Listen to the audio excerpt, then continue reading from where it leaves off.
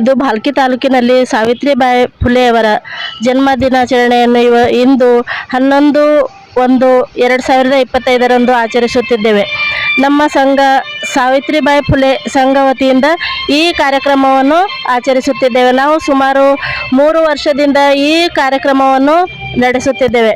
ಇದು ಸಾವಿತ್ರಿಬಾಯಿ ಅವರ 194ನೇ ಜನ್ಮ ದಿನಾಚರಣೆಯಾಗಿದೆ.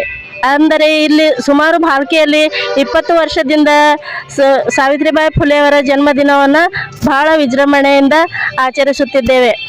ಸಾವಿತ್ರಿಬಾಯಿ ಫುಲೆಯವರು 1831ರಲ್ಲಿ ಜನವರಿ 3ರಂದು ಜನ್ಮ ತಾಳಿದರು ಮಹಾರಾಷ್ಟ್ರದಲ್ಲಿ.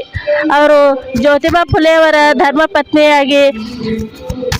ಧರ್ಮಪತ್ನಿಯಾಗಿದ್ದರು. ಆದ್ದರಿಂದ ಅವರು ಜ್ಯೋತಿಬಾ ಫುಲೆಯವರು ಶಿಕ್ಷಿತರಾಗಿದ್ದರಿಂದ ಆಗಿನ ಕಾಲದಲ್ಲಿ ಅವರು ಸಾವಿತ್ರಿಬಾಯಿ ಫುಲೆಯವರಿಗೆ ಸಂಪೂರ್ಣ ವಿದ್ಯಾಭ್ಯಾಸವನ್ನು ಕಲಿಸಿ ಅವರು ಬೇರೆ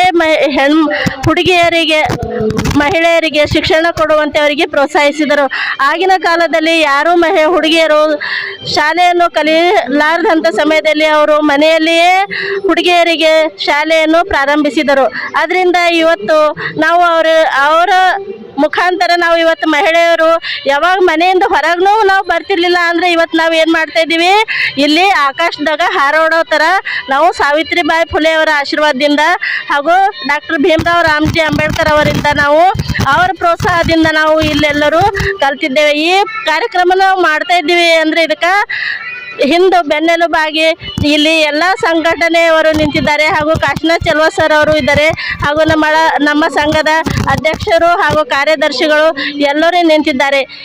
ನಾವು ಮಹಿಳೆಯರು ಈಗ ಸುಶಿಕ್ಷರಾಗಿ ನಾವು ವಿದ್ಯಾಭ್ಯಾಸ ಮಾಡುತ್ತಿದ್ದೇವೆ, ಒಂದು ಸರ್ಕಾರಿ ಹುದ್ದೆಯಲ್ಲಿದ್ದೇವೆ, ನಾವು ಹಣ ಗಳಿಸುತ್ತಿದ್ದೇವೆ ಅಂದರೆ ಇದು ಪ್ರತಿಯೊಂದೂ ಸಾವಿತ್ರಿಬಾಯಿ ಫುಲೆಯವರು ಪಟ್ಟಿರೋ ಕಷ್ಟ ಅಂತ ನಾವು ಹೇಳ್ಬೋದು.